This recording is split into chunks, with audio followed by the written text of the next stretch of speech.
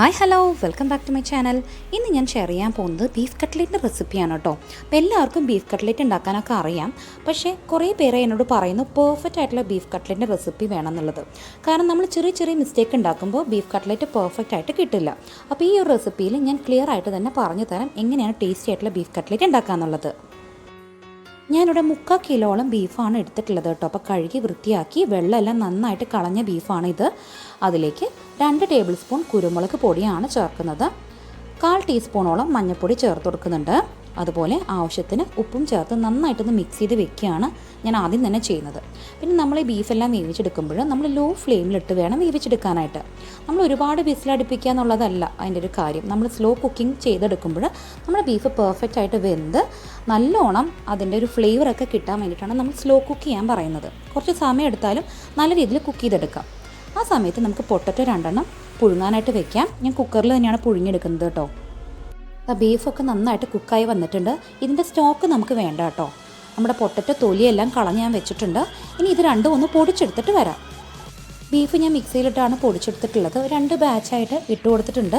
എന്നിട്ട് നന്നായിട്ട് പൊടിച്ചെടുത്തതാണിത്. നമുക്ക് പൊട്ടറ്റോ അവിടെ ഞാൻ പൊടിച്ച് വെച്ചിട്ടുണ്ട്. അതും കൂടി ചേർത്ത് നന്നായിട്ടൊന്ന് മിക്സ് ചെയ്ത് കൊടുക്കണം.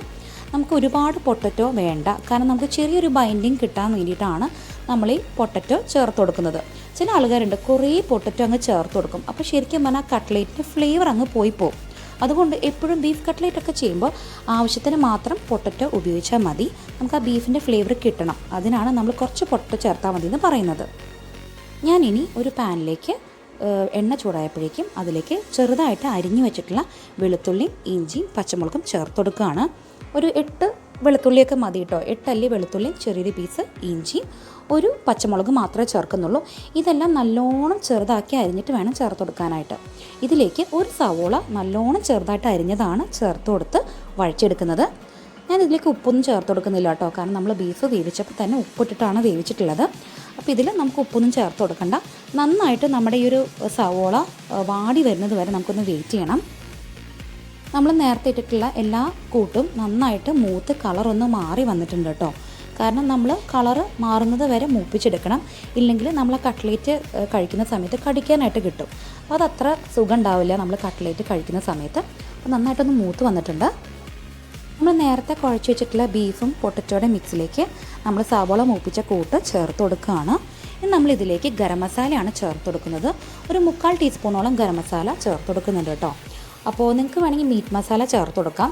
മീറ്റ് മസാല ചേർത്ത് കൊടുക്കുകയാണെങ്കിൽ ഗരം മസാലയുടെ അളവൊന്ന് കുറയ്ക്കാം. മീറ്റ് മസാല 1 ടേബിൾ സ്പൂൺ വരെ നമുക്ക് ചേർത്ത് കൊടുക്കാം കേട്ടോ. അപ്പോൾ നന്നായിട്ടൊന്ന് മിക്സ് ചെയ്ത് യോജിപ്പിക്കുകയാണ്.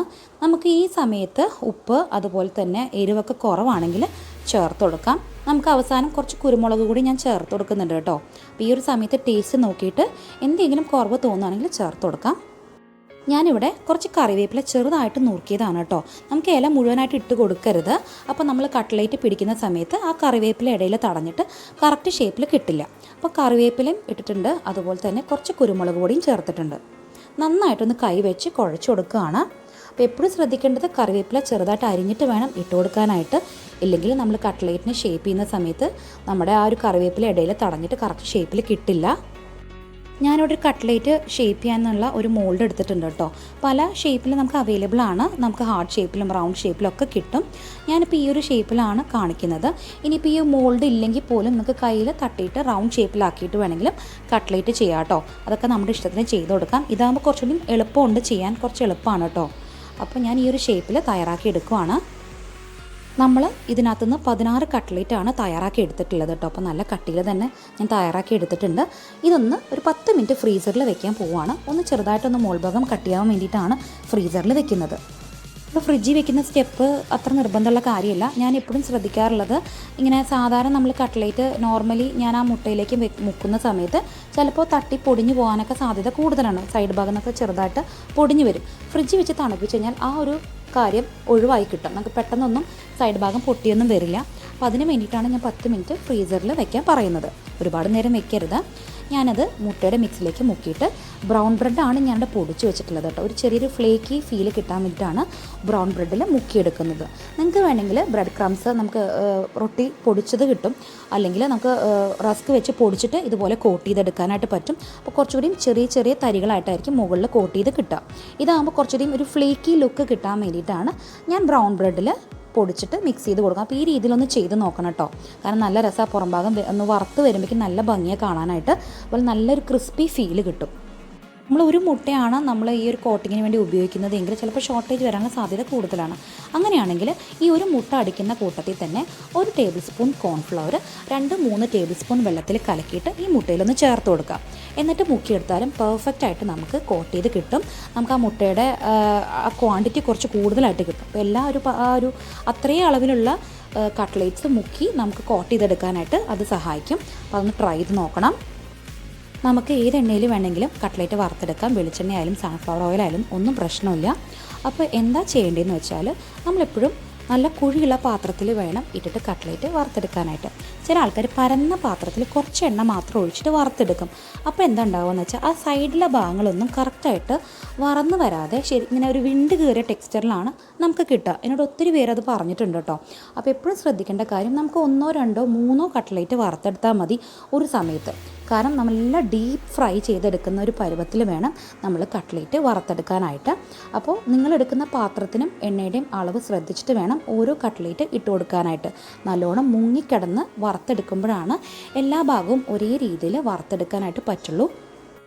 കട്ട്ലേറ്റ് ഇട്ട് കൊടുക്കുന്ന സമയത്ത് ഹൈ ഫ്ലെയിമിലിട്ടിട്ട് വേണം കട്ട്ലേറ്റ് ഇട്ട് കൊടുക്കാനായിട്ട്. ഇട്ടതിന് ശേഷം നമ്മൾ മീഡിയം ഫ്ലെയിമിലാക്കണം, ഇല്ലെങ്കിൽ പെട്ടെന്ന് തന്നെ പുറം ഭാഗം നന്നായിട്ട് മുരിഞ്ഞങ്ങ് കളറങ്ങ് മാറിപ്പോവും. നമ്മൾ കട്ട്ലേറ്റ് ഓൾറെഡി കുക്ക് ചെയ്ത സാധനങ്ങളാണ് ഉള്ളത്, നമുക്ക് പുറം ഭാഗം മാത്രം ഒന്ന് മുരിച്ചെടുത്താൽ മതി. പക്ഷേ നമ്മൾ അകത്ത് ചെറുതായിട്ടൊന്ന് ചൂട് കയറി കിട്ടുകയും വേണം. അതുകൊണ്ടാണ് നമ്മൾ മീഡിയം ഫ്ലെയിമിലേക്ക് ആക്കാനായിട്ട് പറയുന്നത്. നമ്മൾ ഹൈ ഫ്ലെയിമിൽ തന്നെ ഇട്ട് കൊടുക്കുകയാണെങ്കിൽ ഉൾഭാഗത്തൊന്നും ചൂട് കയറില്ല, പുറം ഭാഗം പെട്ടെന്ന് കരിഞ്ഞു പോകാനുള്ള സാധ്യത കൂടുതലാണ്. അപ്പോൾ എപ്പോഴും അത് നോട്ട് ചെയ്യേണ്ട പോയിൻ്റാണ്. നമ്മൾ ഓരോ കട്ട്ലേറ്റും സൂക്ഷിച്ച് വേണം വറുത്തെടുക്കാനായിട്ട്. ഇപ്പോൾ എല്ലാ സൈഡും നന്നായിട്ടൊന്ന് മുരിഞ്ഞ് വന്നിട്ടുണ്ട്. നമുക്കിനി കോരി മാറ്റാം. അപ്പോൾ ഇതിൻ്റെ കളർ കുറച്ചും കൂടി ഡീപ്പ് ആക്കണമെങ്കിൽ കുറച്ച് നേരം കൂടി ഇട്ട് കൊടുത്താൽ മതി. ഞാനിപ്പോൾ ഈ ഒരു കളറായപ്പോൾ തന്നെ നിർത്തുകയാണ്.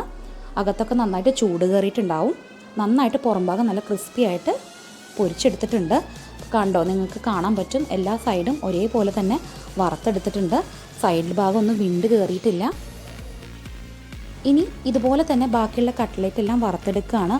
ഇപ്പോൾ കുറച്ച് എണ്ണ കുറഞ്ഞിട്ടുണ്ട് കേട്ടോ. ഈ ഒരു സമയത്ത് 2 കട്ട്ലേറ്റ് വീതമാണ് ഞാൻ വറുത്തെടുക്കുന്നത്. അപ്പോൾ അതിലൊരു 7 കട്ട്ലേറ്റ് ഞാൻ വറുക്കുന്നില്ല. ഞാനത് ഫ്രീസറിൽ സൂക്ഷിക്കാൻ പോവുകയാണ്. നമുക്ക് ഒരാഴ്ച വരെ ഫ്രീസറിൽ സൂക്ഷിക്കാൻ പറ്റും. അതിൽ കൂടുതൽ സൂക്ഷിക്കേണ്ട, അത് നല്ല തണുപ്പുള്ള ഫ്രീസറായിരിക്കണം. അപ്പോൾ ഈ സൈഡെല്ലാം നോക്കിക്കഴിഞ്ഞാൽ നിങ്ങൾക്ക് മനസ്സിലാവും നല്ല പെർഫെക്റ്റ് ആയിട്ട് തന്നെ വറുത്തിട്ടുണ്ട്.